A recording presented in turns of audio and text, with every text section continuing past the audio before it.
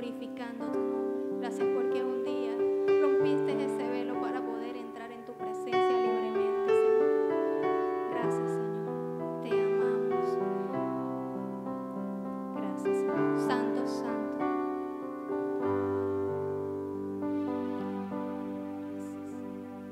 Amén.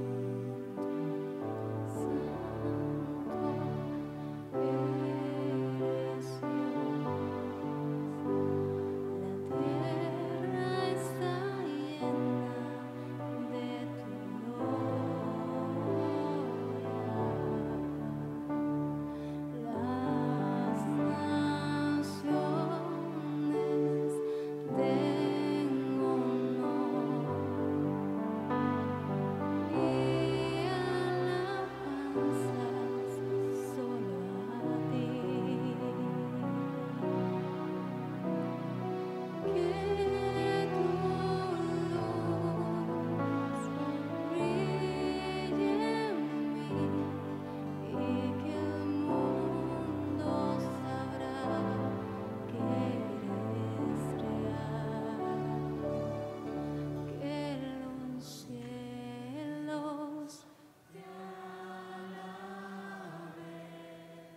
eres hermoso, Señor.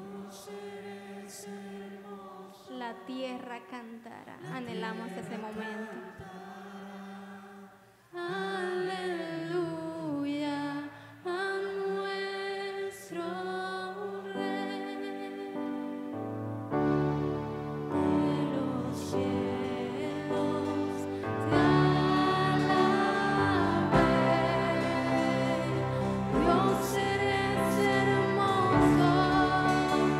La tierra cantará. Aleluya a nuestro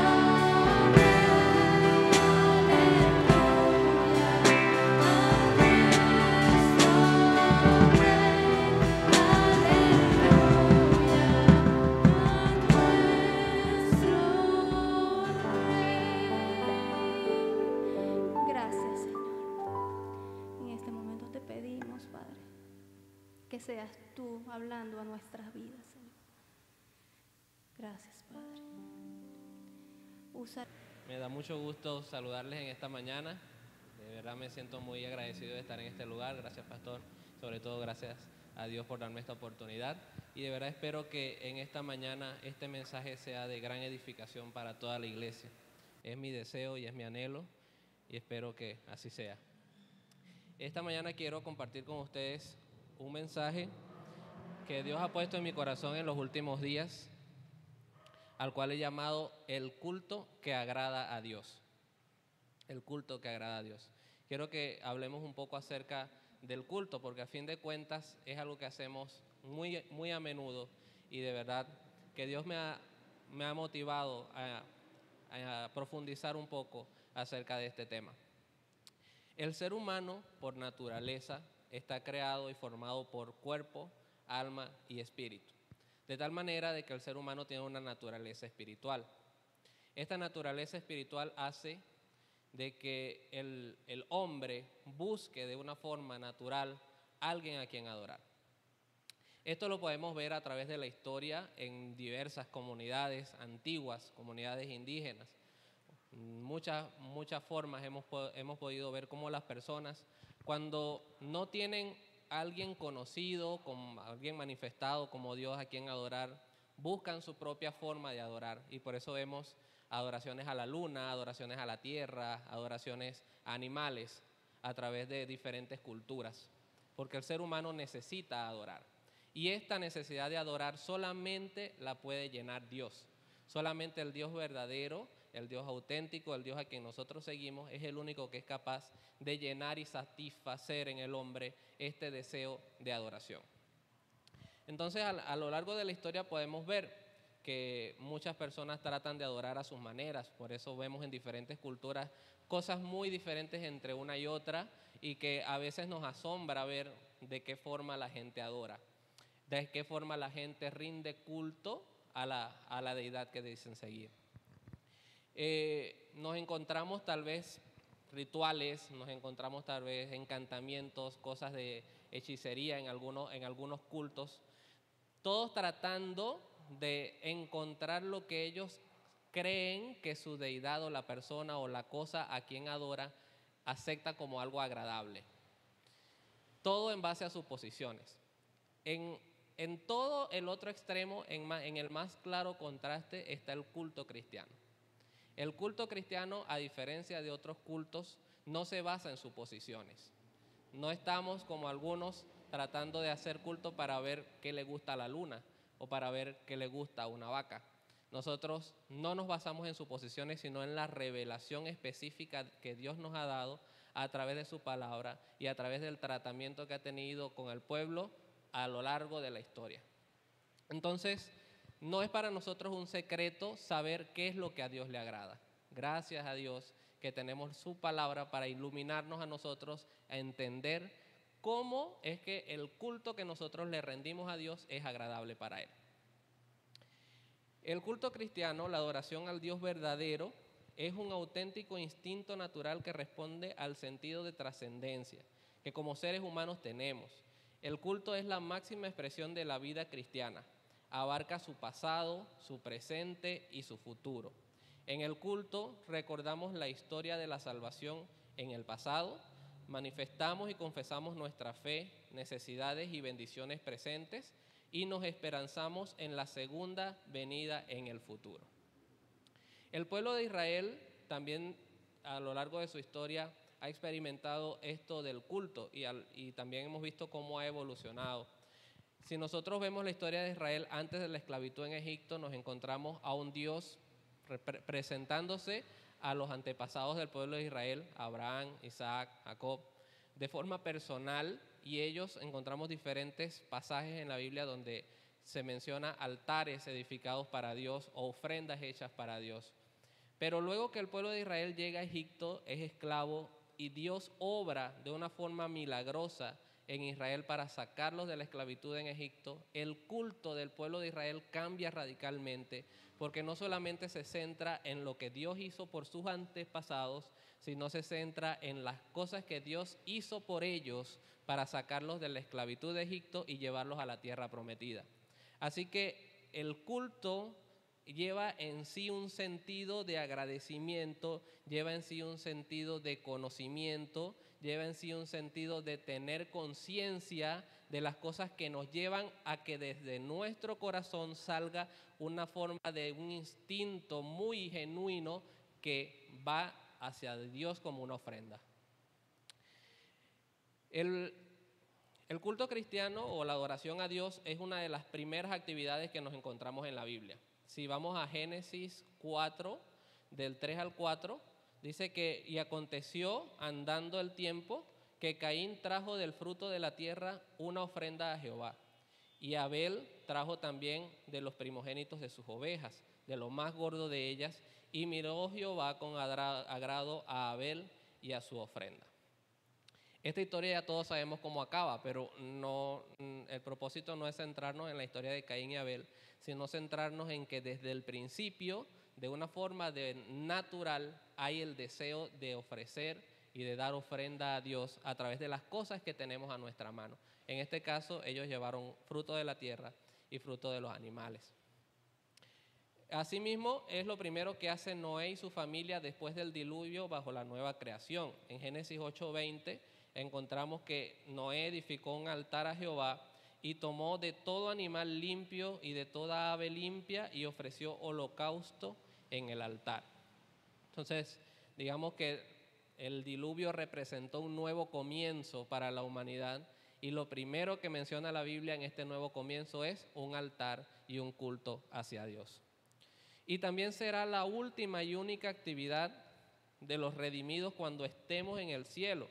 Y acá quiero aclarar que no me puse de acuerdo con nuestro hermano Carlos Julio para esta lectura. En Apocalipsis 4 dice del 8 al 11, y los 4 seres vivientes tenían cada uno 6 alas y alrededor y por dentro estaban llenos de ojos y no cesaban día y noche de decir: Santo, Santo, Santo es el Señor Dios Todopoderoso, el que era, el que es y el que ha de venir. Y siempre que aquellos seres vivientes dan gloria y honra y acción de gracias al que está sentado en el trono, al que vive por los siglos de los siglos, los 24 ancianos se postran delante de el que está sentado en el trono y adoran al que vive por los siglos de los siglos y echan sus coronas delante del trono diciendo: Señor, digno eres de recibir la gloria y la honra y el poder, porque tú creaste todas las cosas y por tu voluntad existen y fueron creadas. Entonces vemos lo que es el culto hacia Dios a lo largo de toda la historia, desde el principio de las cosas y lo que va a ser en un futuro a lo largo de la eternidad.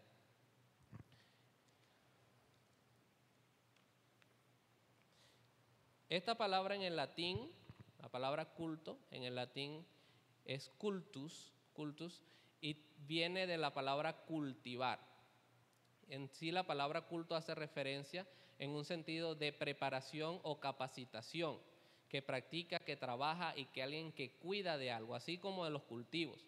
Nosotros no podemos ver que los cultivos salen de la nada, tienen detrás todo un proceso de preparación, de abono de la tierra, de riego, de mantenimiento, de limpiar alrededor hasta que logra cultivar y dar fruto. De esta forma, este significado es el que está encerrado detrás de la palabra culto.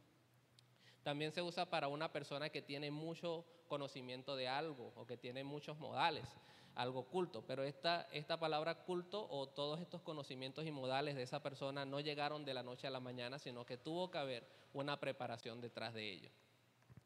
Entonces, en el sentido de una persona, por tanto, el culto puede entenderse fundamentalmente como un acto comunitario de servicio y ofrenda a Dios en acción voluntaria, en respuesta agradecida a lo que Él ya hizo por nosotros. En torno a esta base, la comunidad, la iglesia local, se siente impulsada a la alabanza, la oración, la meditación de la palabra y la celebración de los sacramentos. Para poner un poco más en contexto lo que es el culto y la vida cristiana, quiero que nos ubiquemos en Romanos capítulo 12 y vamos a leer el versículo 1.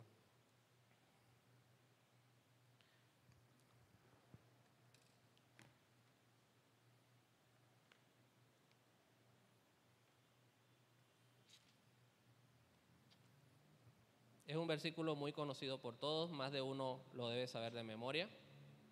En Romanos 12:1 dice: así que, hermanos, os ruego por las misericordias de Dios que presentéis vuestros cuerpos en sacrificio vivo, santo, agradable a Dios, que es vuestro culto racional. En esta sección de la epístola de Pablo a los romanos nos encontramos unas verdades muy profundas en este versículo 1 del capítulo 12. Y quiero que lo vamos desglosando para poder entender el propósito de cada una de las palabras de este versículo. Comienza diciendo el apóstol Pablo: así que, hermanos. Este patrón o esta expresión es muy usada por el apóstol Pablo en sus epístolas cuando lo que sigue es una verdad muy profunda o es una doctrina muy grande. Vemos a lo largo de otros pasajes donde de la misma manera se refiere Pablo a los hermanos para enseñar muchas cosas importantes acerca del evangelio o acerca de la vida cristiana. Entonces Pablo nos dice: así que, hermanos, como para prepararnos a escuchar lo que sigue de una forma no ignorando la importancia de lo que viene, sino resaltando su significado. Dice: así que, hermanos, os ruego. Esta parte de ruego habla acerca de que lo que Pablo va a decir es algo voluntario en la persona que escucha.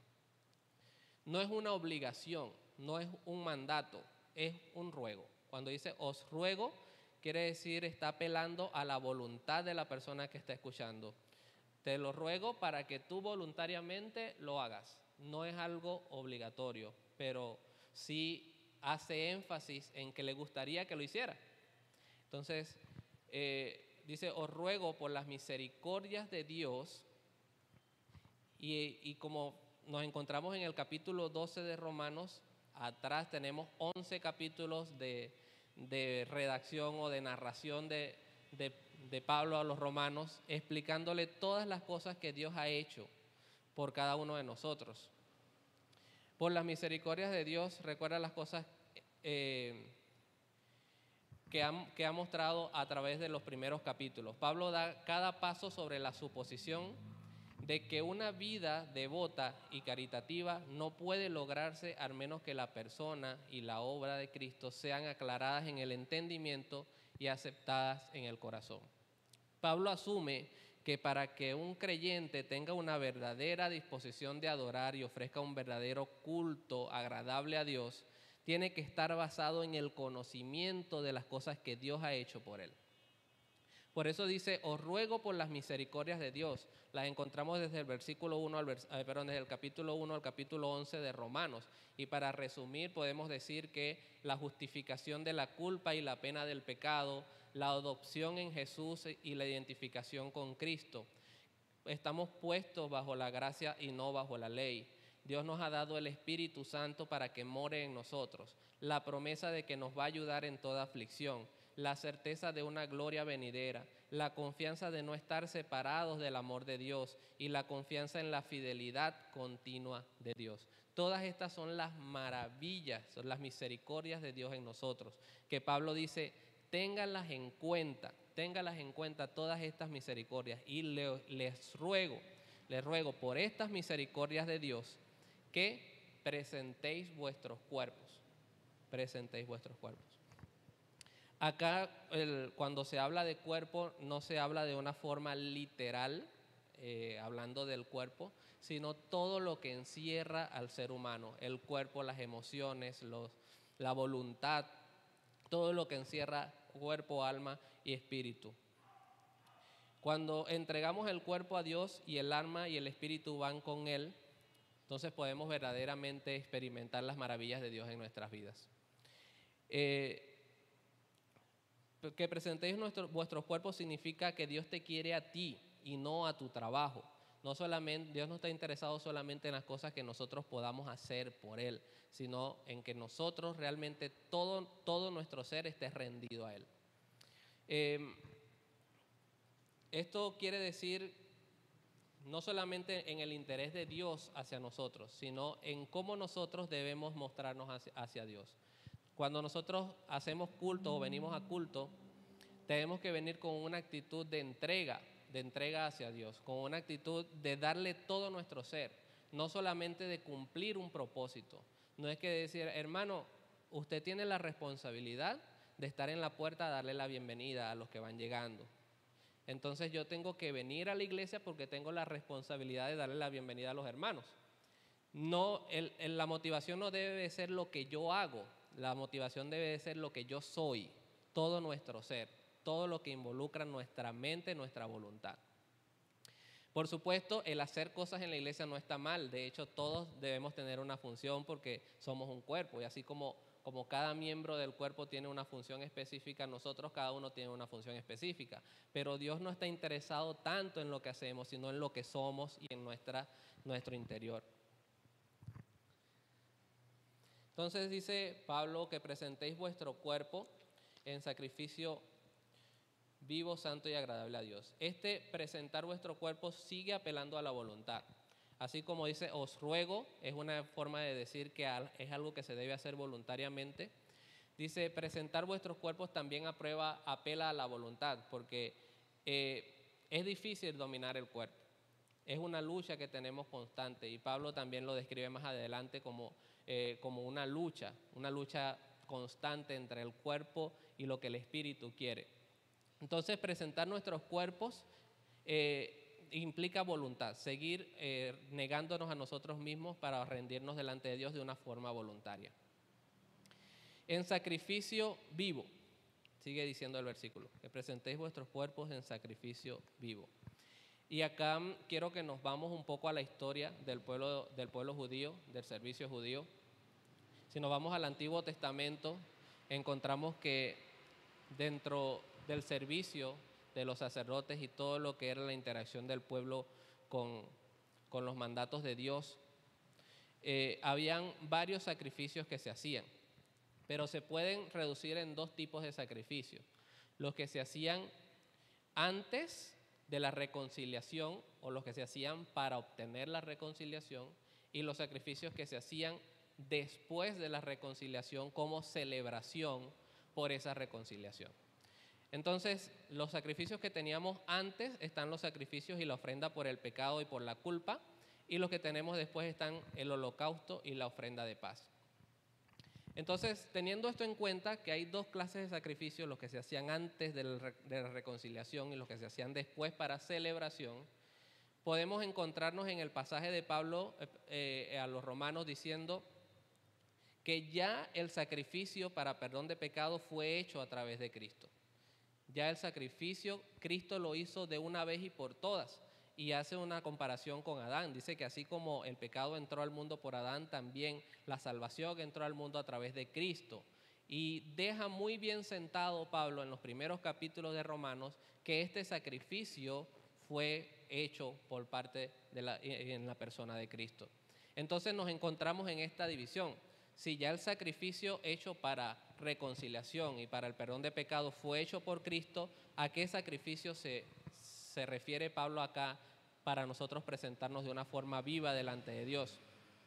Son estos sacrificios de celebración ante Dios por haber recibido la reconciliación, por haber recibido el perdón de pecados.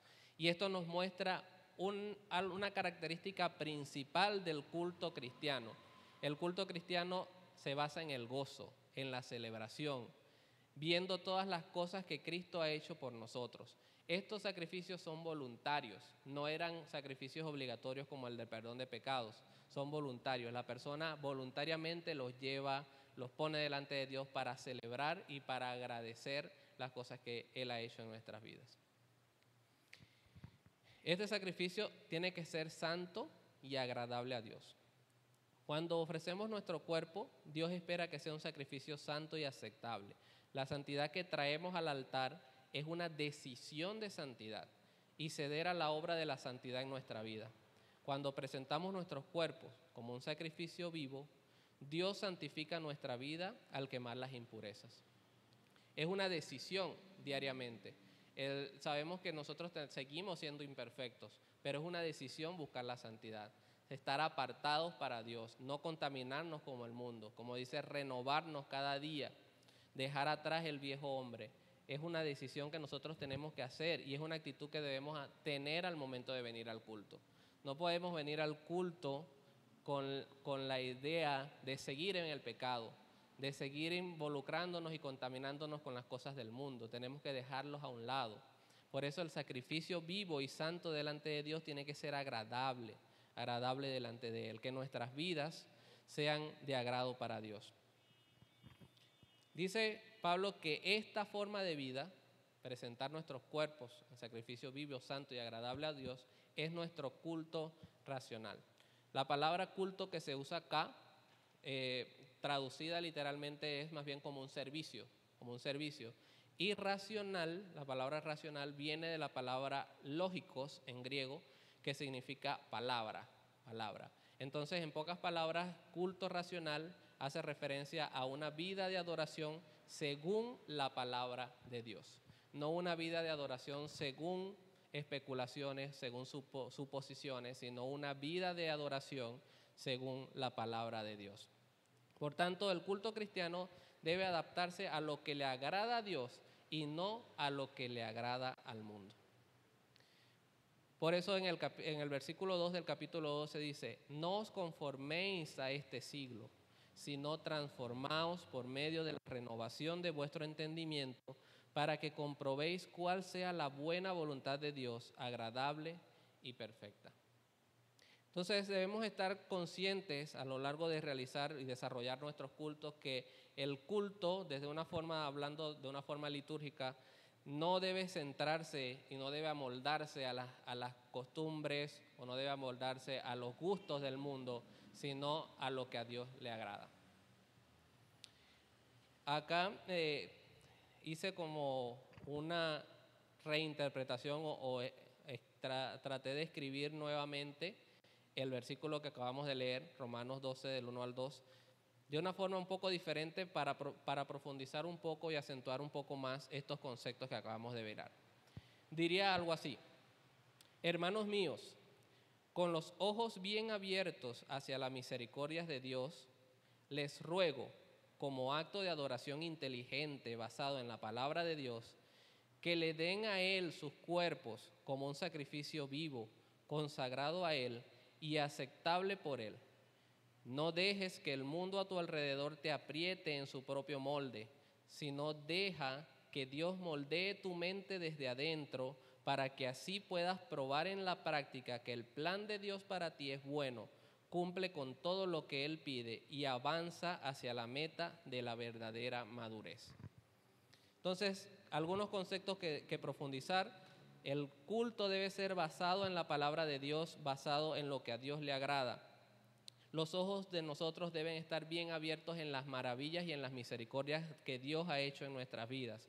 Y el único merecedor y el único objetivo de nuestro culto es agradar a Dios. Así que teniendo estos conceptos en mente, o bien frescos estos conceptos, podemos mencionar algunas cosas que no es el culto. Si ya sabemos qué es el culto, entonces ahora podemos mencionar cosas que no es el culto. En primero que todo, el culto no es un servicio destinado a la congregación, sino a Dios. Y quiero ser muy explícito acá para poder transmitir bien la idea. Desde todos los ejemplos que vimos en los versículos que leímos, todas las menciones de culto tenían un propósito y es ofrendar algo a Dios. Ofrendar algo a Dios. El único objetivo y el único propósito del culto era agradar a Dios con las cosas que se hacían.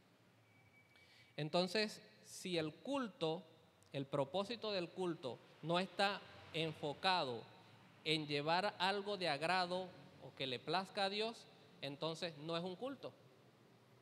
No es un culto, porque el culto se centra directamente en Dios.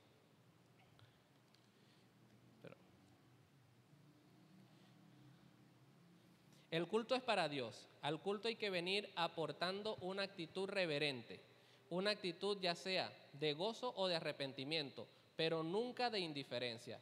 Pues la palabra dice en Deuteronomio 16:16, ninguno se presentará delante de Jehová con las manos vacías. Diremos más, el culto es una ofrenda para Dios en respuesta a lo que Él ha hecho por nosotros. Y en esa respuesta agradecida de adoración y de acción de gracias o de súplica, arrepentimiento o búsqueda, en ese acto de darse y ofrendarse a sí mismo, la iglesia es edificada y consolada, recibiendo la bendición como consecuencia directa de cumplir el mandato bíblico. Lo que quiero expresar a través de esta idea es con qué actitud venimos al culto. Si nosotros venimos con una actitud más bien de recibir, nos vamos a ir vacíos. Pero si venimos con una actitud de dar, nos vamos a ir llenos del gozo que solo Dios puede dar. Porque realmente el culto es para darle a Dios. ¿Y qué tengo que darle? Muchas veces hay muchos talentos a disposición para darle a Dios, pero si venimos al culto con la intención solamente de recibir y no de dar, nos vamos vacíos.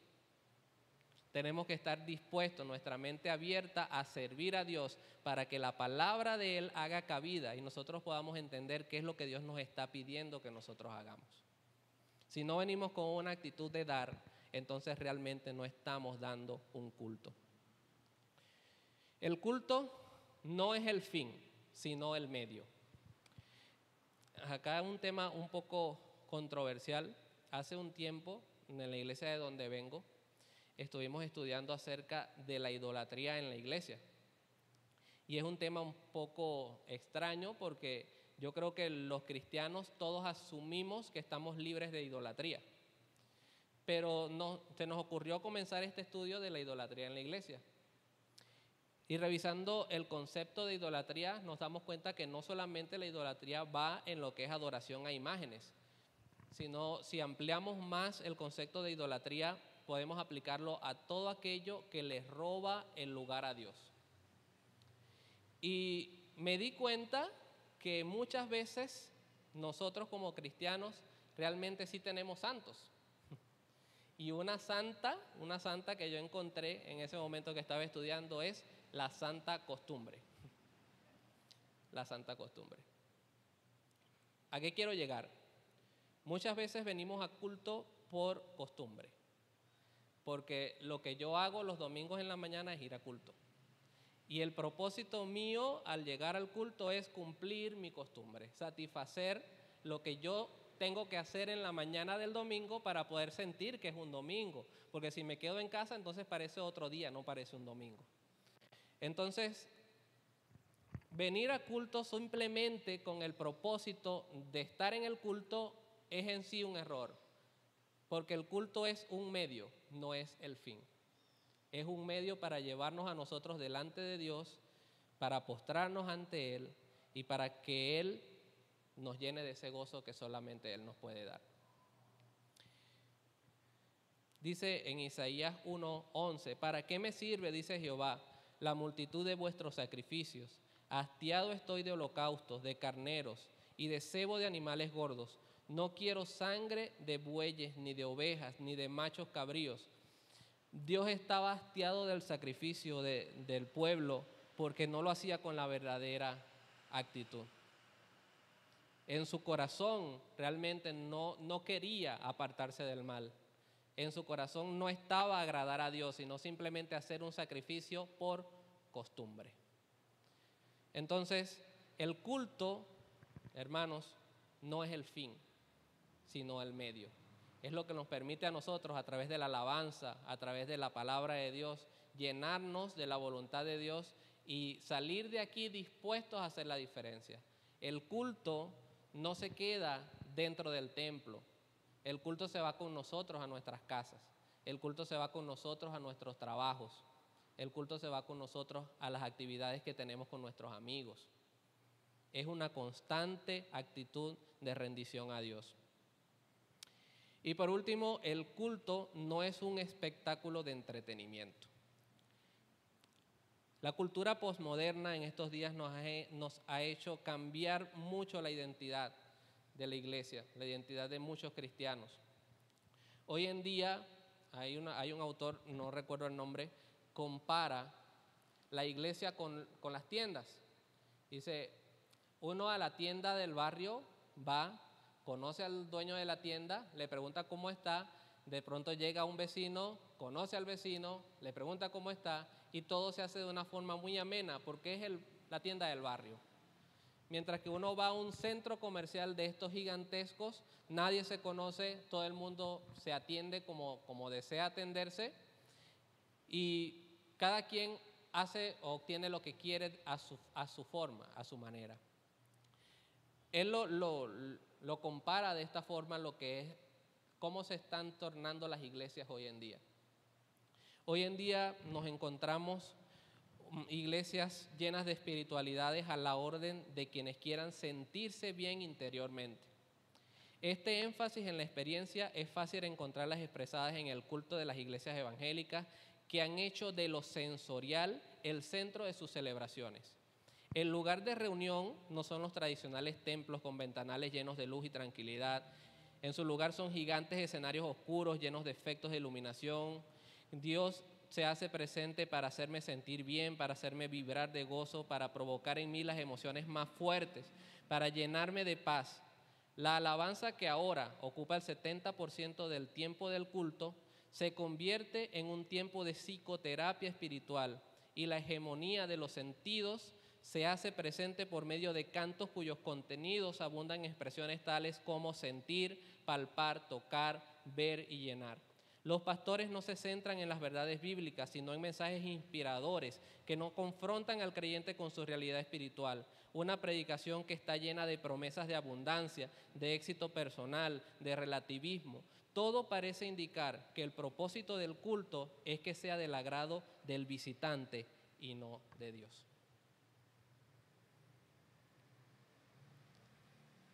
Lamentablemente vemos este tipo de cosas. Vemos iglesias que se centran en hacer que las personas que vienen se sientan bien. ¿Podemos llamar a eso culto? ¿A quién está dirigido el culto? ¿No es a Dios? Y muchas veces me llama la atención la expresión que muchos de nosotros usamos y decimos, hermano, el culto estuvo buenísimo. Yo digo, pero ¿cómo sabe que el culto estuvo buenísimo si el culto es para Dios? Quien debe saber si el culto estuvo buenísimo es Dios, no nosotros. Nosotros podemos estar seguros que dimos lo mejor de nosotros. Y de esa forma pensar que Dios le agradó el culto que trajimos esta mañana. Entonces, hermanos, tengamos en cuenta lo que es nuestro culto racional. Nuestros cuerpos presentados delante de Dios como un sacrificio vivo. No es algo que todo el tiempo va a ser agradable, es un sacrificio vivo, constante, diario, que no solamente existe en el templo, que existe en nuestras familias, en nuestros hogares, en nuestros trabajos. Y yo sé que cuando venimos a culto con una actitud de reverencia, con una actitud de entrega, vamos a salir más llenos del poder y del amor de Dios de lo que esperamos. Vamos a orar. Señor, te damos gracias en esta mañana. Gracias, Señor, porque tú eres bueno. porque tú revelaste en tu palabra detalladamente, Señor, lo que a ti te agrada. No tenemos que nosotros estar suponiendo nada ni buscando nada, Señor, porque todo lo tenemos acá. Ayúdanos, Señor, a escudriñar tu palabra de tal manera que nosotros podamos en nuestras vidas agradarte. Ayúdanos, Señor, a transformar nuestra mente, Señor, a no amoldarnos a este mundo, Señor, a poder entender tu propósito, a vivir de una forma agradable, Señor, a comprender cuál es tu buena y perfecta voluntad. Te pido, Señor, que nos uses como instrumentos en tu iglesia, que nosotros podamos ser, Señor, de ayuda para nuestros hermanos, Señor, de bendición para este mundo, que podamos ser esa carta abierta, Señor, que pueda dar testimonio a los demás, Señor, de las maravillas que tú has hecho en nuestras vidas. No nos permita, Señor, olvidarnos de las cosas que has hecho en nosotros. No nos permita, Señor, menospreciar las cosas que tú has hecho en nosotros. Permite que estas cosas estén presentes en nuestros corazones para darte honra y gloria como solo tú te lo mereces. En el nombre de Jesús te damos muchas gracias. Amén. Muchas gracias.